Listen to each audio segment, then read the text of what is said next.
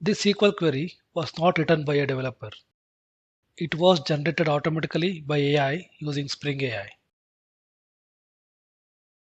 In this video, I will explain how AI can convert plain English questions into SQL queries and how this works internally. Large language models like GPT do not automatically know your database structure. They don't know your table names or column names. To generate correct SQL, we must provide database schema as context. For example, if the AI knows there is a table called orders and it contains columns like amount and region, it can generate correct SQL queries. Without schema context, the AI would guess and produce incorrect queries. This is one of the most important concepts in building reliable AI-powered backend systems.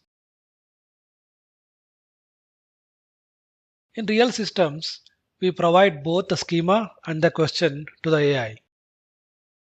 The AI analyzes the schema to understand the available tables and columns.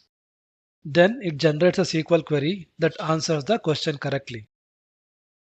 This allows the AI to dynamically generate queries for different analytical questions. This is how natural language to SQL conversion works.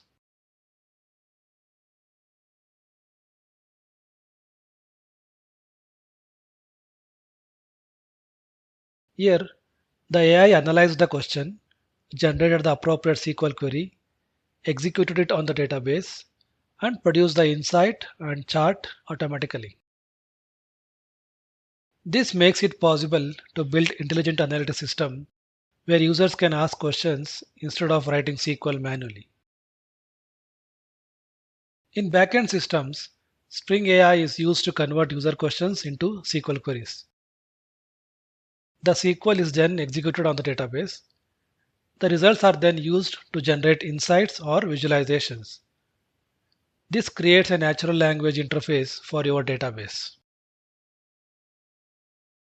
If you would like to learn how to build this step by step, I have a dedicated course where I teach how to generate SQL using Spring AI.